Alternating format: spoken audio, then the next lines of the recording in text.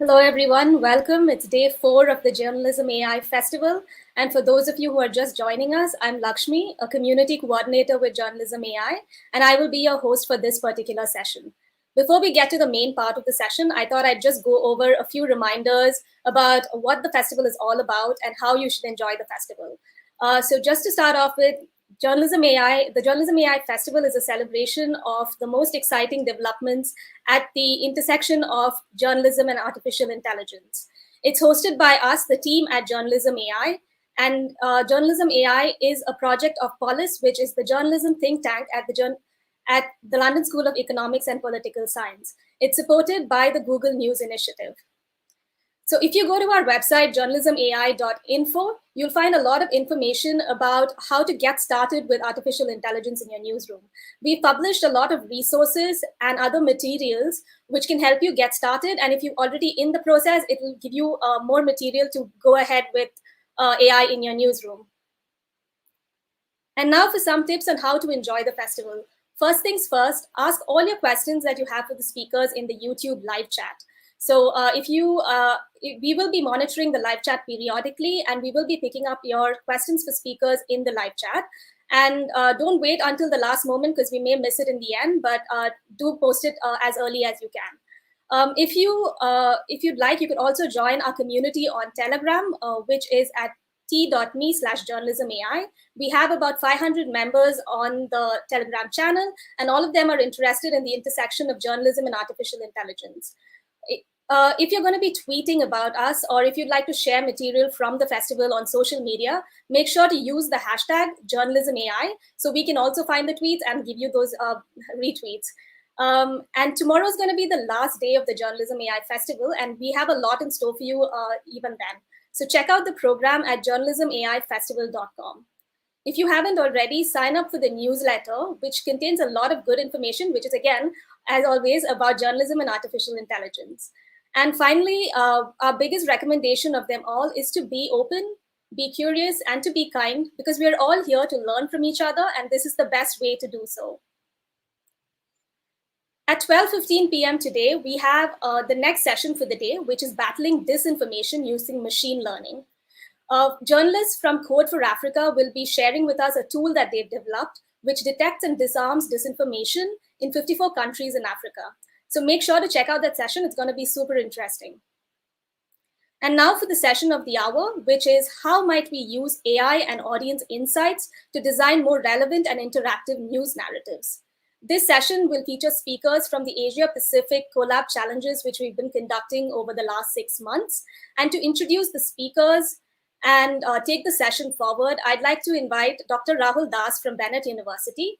Welcome, Rahul. It's so great to have you here at the festival, and I leave the floor to you. Thank you. Thank you so much, Lakshmi. And let me extend a very, very warm welcome to all of you for this special session here from the Asia Pacific region. Today, we are at the cusp of a major technological advancement thanks to artificial intelligence, which is seeing rapid growth. And at this interesting intersection of mass media and artificial intelligence, a lot of work is going on. I'm happy to note that the Asia Pacific region has done a lot of work, especially over the last 6, 7 months. And we will be seeing some of the tools that have been developed in the subsequent presentations. Let me first tell you a bit about Bennett University and the Center for Research on Technology and Media. It is a exclusive center and a center of excellence, which is doing a bit of great work, and we are going to see some of the results very soon. Let me first introduce you to the first set of speakers and the work that they have developed. We have Dr. Tapas Badal, who is an assistant professor with the Bennett University, and he is one of the key participants of this Center for Research on Technology and Media. Along with him, Ashish Verma, who is the head of AI Labs and head of Advanced Tech Lab at the Singapore Press Holdings, will be presenting. Thank you, and over to you, Ashish and Tapas. Thank you, Rahul. So, our problem statement at the start of this program that we have decided was how might we use AI to get the audience insight to design more relevant and interactive news narratives. So two key terms I have found in this problem statement as a technocrat, that how to find out the audience insight and how to use the AI or deep learning and machine learning to get the news narratives. So we could have a more directed towards the insight of the news and the insight of the audience or the. So there were the two problem statements that we targeted. First is the audience insight, what the people are thinking, what the people are responding, what their mindset is. And second is the news narratives, how news can be, what kind of news can be delivered to the audience, what is the insight of that news, what is the relevancy of that news, how that news is interacting with the people.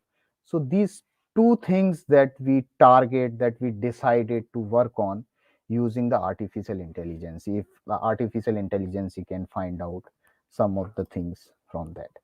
So we decide three milestones to achieve those target. First was to scrap the data from the online resources. Second, apply the sentiment analysis. So sentiment analysis can give us the audience insight, what the audience are thinking about. And the last one is the text summarization. So there are a lot of AI models are available, and we have to test it which model will bring the actual narrative of the story when we generate the summary, right? So three things we decided to achieve at each month end, and I'm glad to announce that we successfully complete all the three milestones at the end of this program. So with the team effort, first we target some of the social media platform, that is to get the data to extract the user responses. So primarily we extract the data from the Twitter because it is available. It allow us to extract the data. Other platform needs to take the permission. So we target the Twitter data to scrap it and perform the analysis over that data. The second part was perform the sentiment analysis. So once we get a news, we extract the data, we extract the user responses over that news from the social media platforms. So we successfully write a script, and through that, using that script, we were able to extract the data from those social media platforms. And then we use the sentiment analysis. So sentiment analysis gave us the insight, right? What are the sentiment of the user, responses of the user over that news article or over that news that media houses are going to spread. So we collect, so we are like design a script for which if we pass a news article over a particular online platform, we were able to extract the user responses. So if the user response are positive, that means the majority of the readers are positive about that particular article. If the users responses are negative, sentiments is negative, that means the audience is more writing negative about that particular article. So the media houses can decide in which particular, like what further news they can throw according to the audience insight. So sentiment analysis is basically giving us the audience insight or the audience responses against a particular article. The last task that we use the text summarization, because we want to get the news narrative. So news narrative, so there are multiple articles are floating on a particular matter or particular topic. So if we can extract those articles from the online platform and generate the summary. So there are two type of summaries the AI model are able to generate: abstractive summary and extractive summary. So we targeted actually extractive summary, not the abstractive. So extractive summary give us the more insight, more concrete structure of the story, right? So we use a encoder based technique available in AI to generate the text summary that is available. Right. So that this is all. We have three steps. One is the web scraping of data. So that was the fundamental initial step. Second, we use the sentiment analysis to get the audience insight.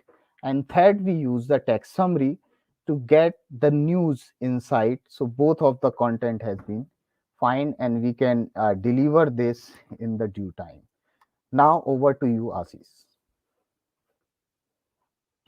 And thank you, Dr.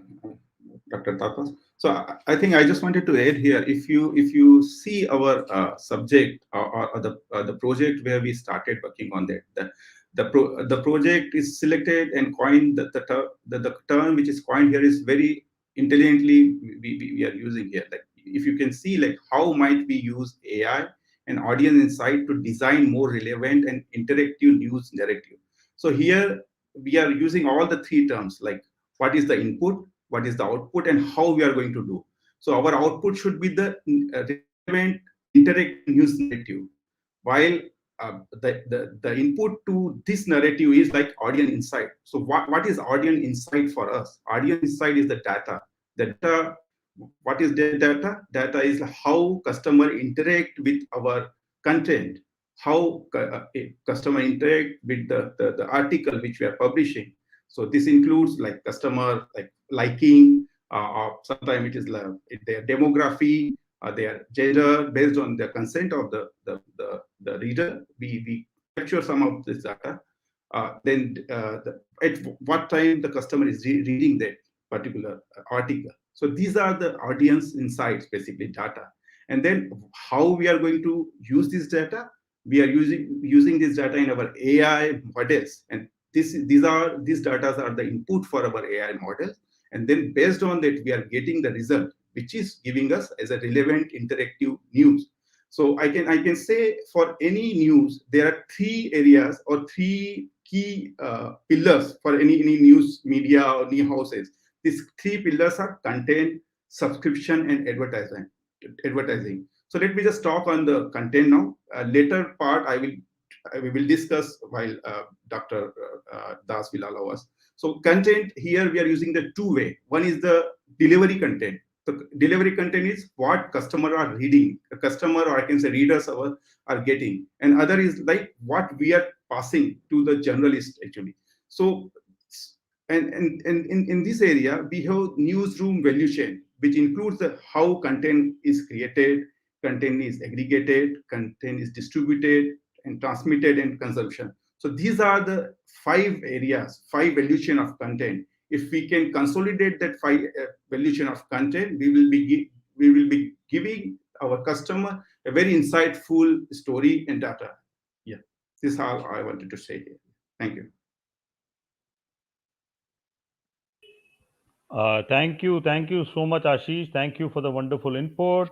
Thank you, Dr. Badal. The tool is indeed very, very interesting, and I'm sure it is going to be very, very useful in the days to come.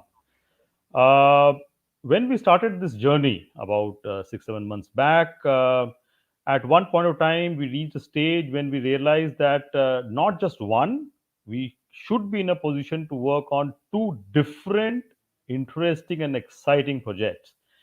At that point of time, two of our team members, the South China Morning Post, along with Initium, both Hong Kong based, decided to work on something which is quite interesting, and it focuses on the user, at the end user, and how to ensure that they continue to spend more time on the websites. This is something which is very important for every digital manager.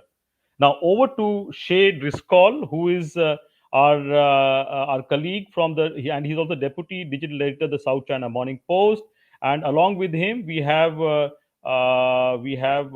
Adrian Lamb, who's a data scientist at the South China Morning Post. Over to you, both of you. Thank you.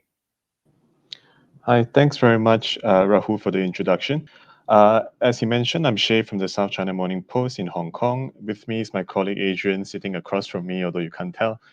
Together with Initium Media, we came up with a cross-section article network that we'll talk to you about. So let's just get straight into it. The core of this lies in determining the story a reader should read next. After they've read one article, where should they be led to next? So this is important not only because we want the reader to keep reading, but also because that next story they read can help to broaden their understanding of the world of the issue that they're into, which is to say their news narrative. So the typical way this is done is to recommend a story in the same section. So you've read an economy story, now read another economy story. This is often the default option set by production editors here when they sub and they publish a story, largely because they don't have the tools to help them make better story selections. But a GNI Latin America report found that the more topics and sections a reader reads across, the more likely they were to subscribe to your publication. They transition basically into loyal readers. So we wondered whether AI could help us determine which articles in different sections could help to expand a reader's news narrative, which will give them more context about the issue or the country they're reading about, and also be interesting enough to keep them loyal to our publication. In essence, we want to be choosing from the entirety of a publication's work when funneling a reader from one story to the next, not just choosing from one section. So there are benefits on both ends. It's impossible at a newsroom of a certain size for any one person to have a complete view over every single article that is published across desks and knowing how to make connections between stories. So we wanted to let AI do the heavy lifting on that front. We also wanted the reader to be directed between articles in a curated and personalized way to be able to give them more insight into what they're reading and to tempt them down other rabbit holes of information. So now we go into the technical details, and I'll hand off to my colleague Adrian, who handled that part, to explain. Adrian? Thanks, Shea. So this is where our AI algorithm comes in, where we attempted to build a tool that, in one glance, offers the digital team or an editor a view of the most logical recommendations that are derived from an alternate section. The tool mainly has two components. The first is the decision of which sections to recommend, and the second is which article within that section. To solve the first part, we built a collaborative filtering algorithm that finds sections that are most closely related based on similar readerships, thus giving a different section, but with the smallest degree of a jump. The top 5 sections are shown, along with the top performing articles in the past 24 hours to retain reader interest. The next slide actually gives a quick view of the UI. We deployed this tool via an automated Google Sheets connected to GCP BigQuery, which updates hourly in order to release an MVP of this tool to test its usefulness. The Excel format actually worked really well internally, with essentially no learning curve compared to a dashboard alternative. From a reader's perspective, they're exposed to this recommendation in 2 locations on the page. The first is halfway through the article on the right. There is a read more section, which takes the user to the article. At SCMP, we also employ an infinite scroll methodology, which takes users to the next recommended article as they scroll past the existing article. On the whole, results were actually outstanding. Across the board, we saw improvements across all our important metrics. From days of visits, sessions, articles read, they all saw increases. But more specifically, for our sake, there was a 75% increase in likelihood for a user to come back again, and also over double the likelihood of a user to explore another section on top of the one that we recommended them to. Essentially, both of these, all of this was fantastic. And so this has prompted our company to invest further based on the tests that we ran. In the pipeline, we actually have 2 modifications. The first is to increment our decision set with our automated content recommendation algorithm, weighing alternate sections a little bit higher. The next is actually to programmatically recommend different articles to different users based on visit frequency.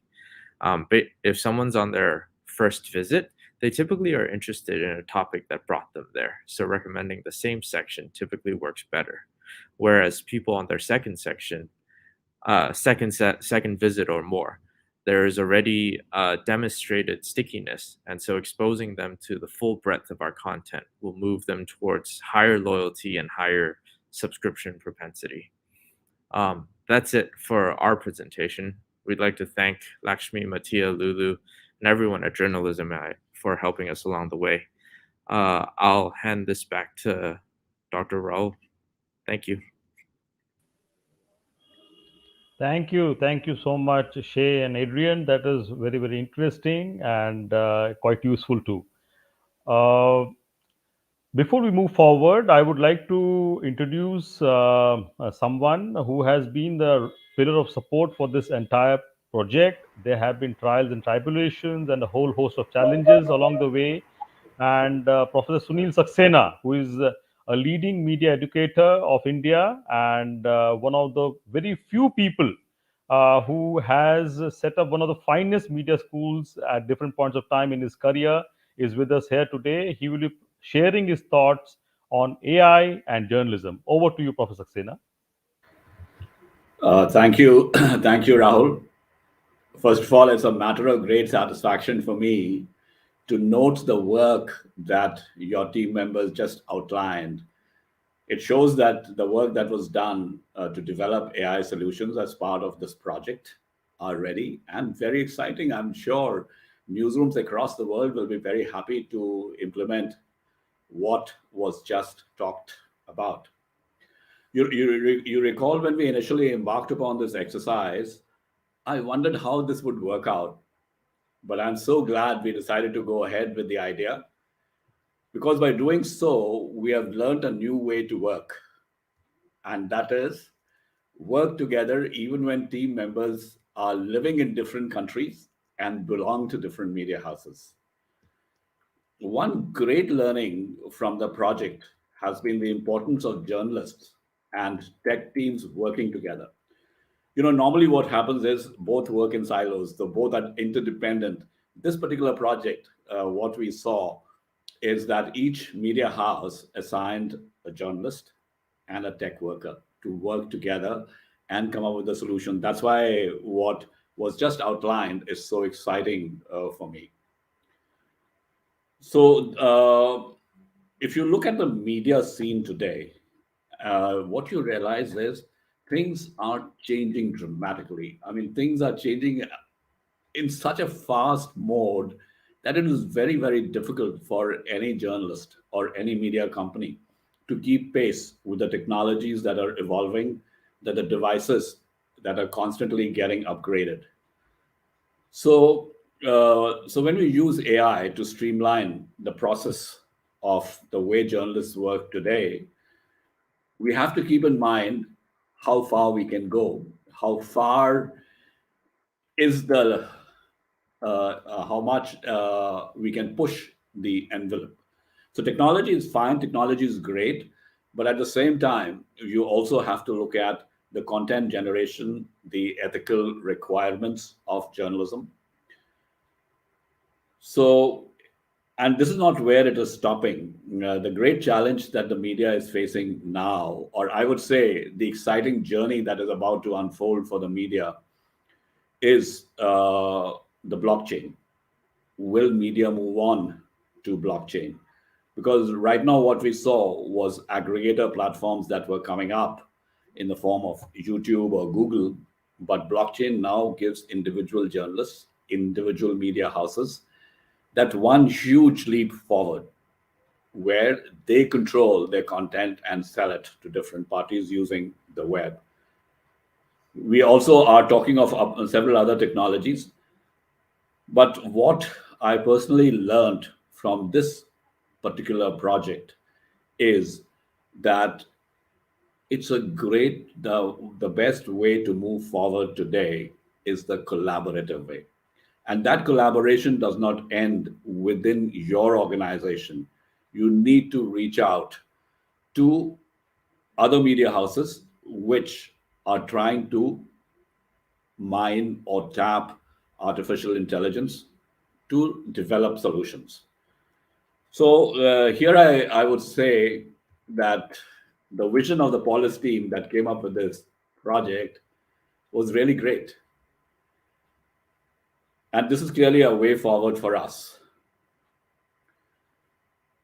One quick last point that I would like to make here, and that is regarding the work that Rahul, you and your team have done on this particular project.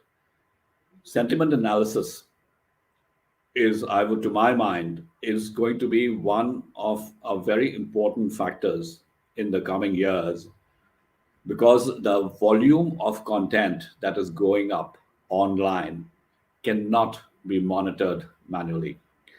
You'll have to depend upon technology.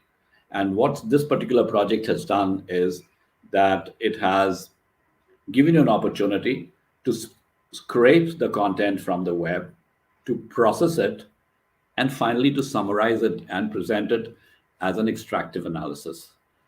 So I will say that any journalist who comes across this work or would like to use this work is very welcome. And your team has really done a good job in bringing artificial intelligence, giving one more dimension to it. And especially, I was listening to the work that the South China Morning Post has done. One of the biggest challenges in the newsroom that we face is how to make sure that the reader does not leave our website. He continues to stay on the website.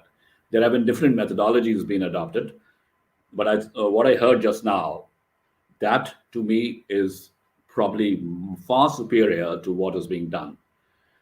So let me congratulate you and all your team members for the great work that you did, and opened up new vistas in which artificial intelligence can be tapped further in the coming years. Thank you.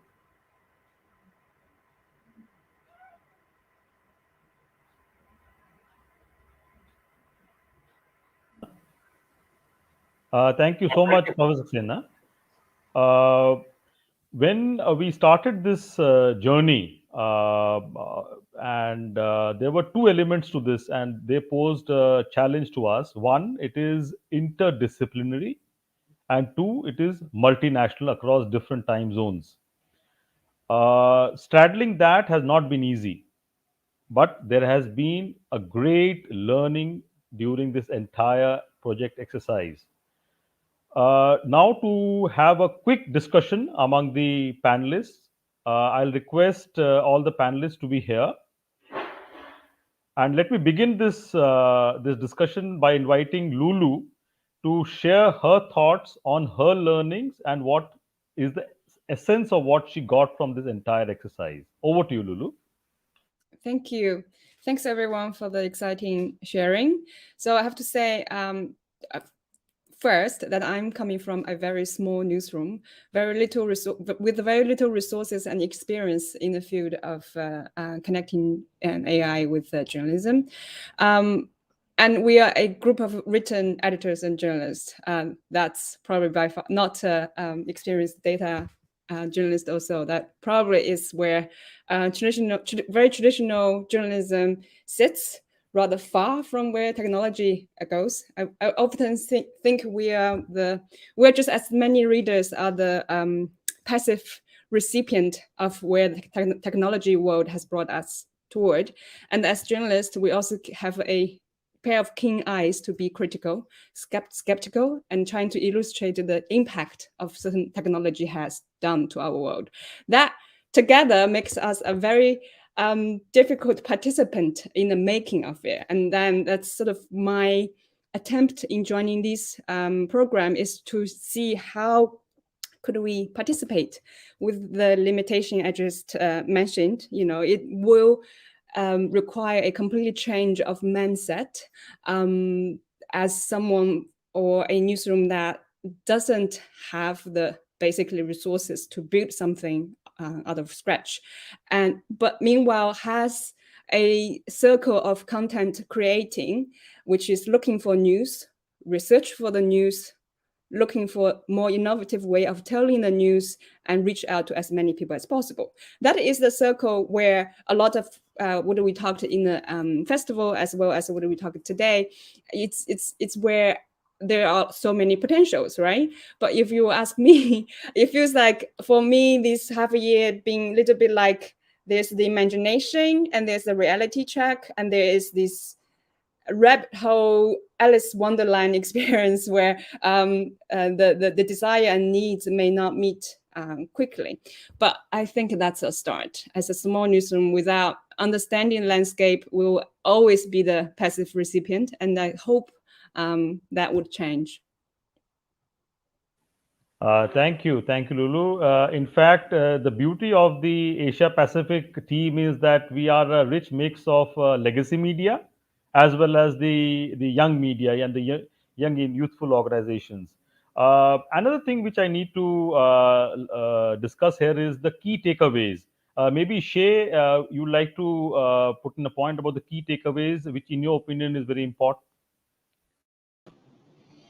Yes, sure.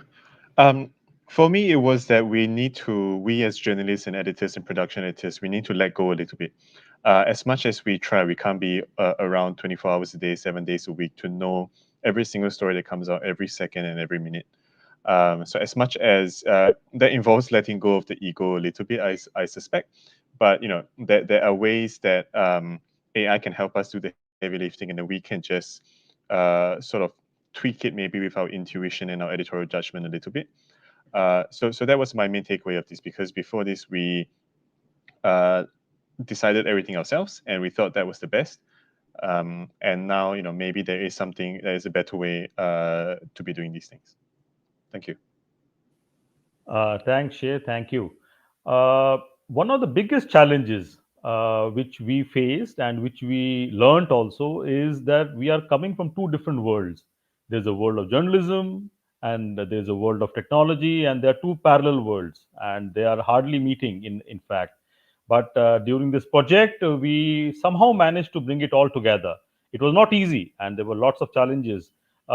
Maybe I can ask Dr. Badal if he would like to share some of the challenges that he faced from his point of view as a technocrat who had to understand news and news narratives and these technical and abstract terms also. Over to you, Dr. Badal. Yeah, thank you, Rahul. And like this was the challenge actually when we start working on this. My understanding about the text was different, but once we start discussing with a media perspective, like what are the audience inside, what are the news narratives with perspective of the media point of view, it changed a lot with give us a lot of thought process while developing an AI model, while applying the AI in this particular domain. Because it includes, it is not only the text also include the people emotions, the people perception about a particular thing. So that thing need to design or develop with AI. So there is a lot of new data is coming in. This data it's not same as the text data that we are getting from other domain. There we have a political news, we have a sport news, we have a different kind of news dialects also, so that also need to be addressed separately. We cannot treat each and every news as same. So those challenges we find out, and still we are working on it. In our research center we have got lot of ideas that we can take it as a future uh, projects. So something like we try to solve, and some are still in continuation for future. Over to you, Rahul. Thank you, Dr. Badal. Professor Saxena mentioned about blockchain, and someone here amongst us is some sort of an expert. Ashish, would you like to expand on that, please? Thanks, Dr. Rahul. And first of all, I would like to thank everybody who are the part of this project. And here I can say this project, what we deliver here, it is a great example of how globally we work together.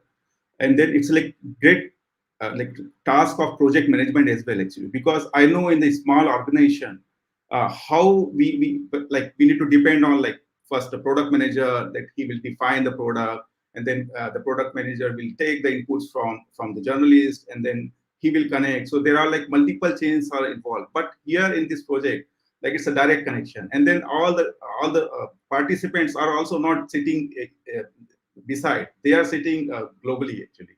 And so like really great things we have done. I think thanks to journalism AI as well. So yeah, regarding blockchain, so I think as we know now, the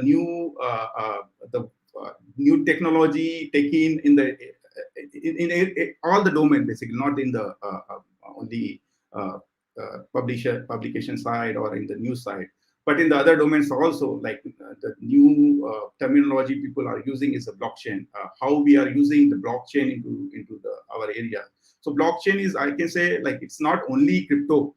Blockchain is more than crypto actually, because here uh, I can use one more word, one more tech terminology. It is a Web3. So Web3, what is a Web3 here? Because currently when we are ordering something, we are reading the news. We need to have that one more channel actually. So one more channel means either we are buying the news from, I think ideally we are from the media company, so we know we are taking the news from the wire feeds as well. So how we can like in the Web3, how does it work? So Web3 is like consumer and subscriber. Consumer will be consuming the news, and then producer, I can say there is no way the subscriber will come in between. So producer and consumer can directly be connected. So producer, who are the producer? We are the producer who are sitting here, and we can directly connect. Like I can say, like currently, it's like very loud to say like Facebook, Twitter, LinkedIn. These are all like via this channel we are going. But there may be in the future, once we work in the blockchain infrastructure, it should directly from producer to consumer. That is the economy which is coming out, and that economy is called Web3 economy. I'm not adding the other word of NFT, metaverse, and all, because anyhow that is also like it's a good gamification way of connecting our consumers, connecting our users and all. Yeah, yeah, Dr. Raman. Thank you, Ashish. One quick question to Professor Saxena here. How does he see the this interaction of technology and media evolving in a developing country? And does he think it is different from how Western media is evolving? What is your opinion? This is indeed a very big challenge in a developing country. As Lulu had pointed out earlier, also, that unless you have depth in technology, you cannot move forward. And today, for any media house, it is very important to build depth in technology, because storytelling that is happening now, storytelling telling is a layer on top of the layer of technology. And this technology is changing so fast that you may know how to tell a story. But if you do not know how to take it forward to the devices that your end consumer is using, then the entire effort is wasted. So the challenge for the developing world would be to move quickly forward and try to acquire some depth, but it is easier said than done. The Western world has the advantage; they already have a lot of strength in this area. And if you that is why if you see a lot of innovations are coming out of the Western world, which the rest of the media across the world then later adopts. So that's why I was very happy. Both the projects that were done as part of this particular project, one sentiment analysis and converting it into a news summary, and that to an extractive news summary. Now, this will now become available to all media houses in the developing world also. The second, from South China Morning Post, that was a challenge when I used to work as a journalist. I could never find a solution to how to make sure that I keep the reader on my side and make him read more and more stories, because he would very quickly get frustrated and would like to move on to some other website. So there are two ways. One is, of course, for the media house in a developing country to develop its own team, if possible. The second is more such collaborative projects need to be worked out so that the media across the world benefits and grows on that. Thank you, Professor Saxena. Let me have a quick word with Adrian. Focusing on the user interface and user experience. As a tech guy, how do you see that challenge, and what steps you have taken? I mean, this journey for you also must have been very interesting. So if you could just share your thoughts. Definitely. I think the biggest thing for coming to a newsroom is realizing news is actually the product, right? It's always the journalists, and they're always first. Um, all of what we can provide from a data perspective really is to assist in putting forth the best product. It's really hard for us to originate ideas, and I've seen many products and projects fail when it comes from our side and we try to force it on editors to use. Having the origination come from the editor's side and have them request and have this partnership so that they're already in on the project is always the better way to go. We've seen so many metaphorical programmatic paperweights, if you will, just fall by the wayside just because even though it comes from a cool idea and theoretically should work, it requires this buy-in. It requires journalists to also buy into this idea. And so this intersection is really interesting because it really is a partnership and it really is collaborative in order for us to really make see this product at its full potential. Thanks, Adrian. A couple of last few questions, and anybody may feel free to respond to this one. What is the next big challenge which you see for a newsroom, and where technology is going to be in the forefront? What is the next big challenge? Ashish, would you like to take this one? Yeah. So I can say, like, because I know I had I got an opportunity, I can say, and in last few years to work on the data side, to work on the AI side, and now I am working on the blockchain project. And I think next is metaverse, because it is all the inclusion of this technology. So I can say, like, adoption, basically the buzzword should not like just use as a buzzword. It should be having some commercial value as well. Like, suppose nowadays, like when people are like the example which I gave, like the blockchain. So blockchain is having another reward thing. Suppose if we are doing we are liking some comments and all. So who is earning now? Currently, the middleman, I can say, like Facebook and all, they are getting the data from us actually. And then one thing, if a company who is not charging you, they are giving you things free, it means you are the product for them. So you should not be product. So what will happen? A person who is going to comment, who is going to like, and they should also earn actually. So this is how that the whole ecosystem is moving toward that side actually. And here AI also plays a very, very big role, because blockchain is just an infrastructure. That, and then on top of that, you need to build the extra layer, which is AI and other layers should come out.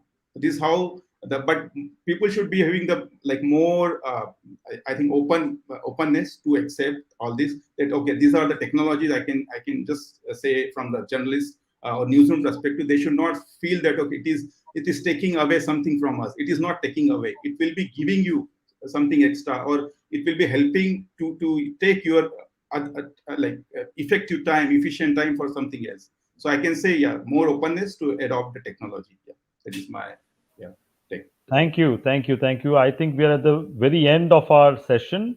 Let me take this opportunity to thank all of you. It has been a pleasure indeed to have interacted with one of the best from the field of journalism in the Asia Pacific region. The South China Morning Post, Initium, the Singapore Press Holdings, Fuji TV from Japan, the Quint also from India, and of course, Professor Saxena and Dr. Badal. It has been a very interesting journey. The learning has been quite steep, and there's a lot to take away from this project, from both the projects. And I'm very happy that we could get something concrete from this exercise, which can be applied in newsrooms. Now, may I invite Lakshmi, who is the host for the evening, and also take the opportunity to thank Sabrina, who is our backroom person, and also Mattia Peretti, whom we don't see in the session, but he's right there in the back room. Okay, over to you, Lakshmi. Thank you.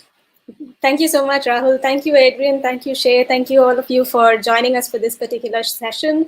It's been great collaborating with all of you over the last 6 months. And thanks again for joining us for this. Up next, we have another great session lined up for you. At 12:15 p.m. GMT, we'll have a session called Battling Disinformation Using Machine Learning, where journalists from Code for Africa will be sharing how they developed a tool that disarms and detects disinformation in 54 countries in Africa. Don't miss this session. Stay tuned. Thank you.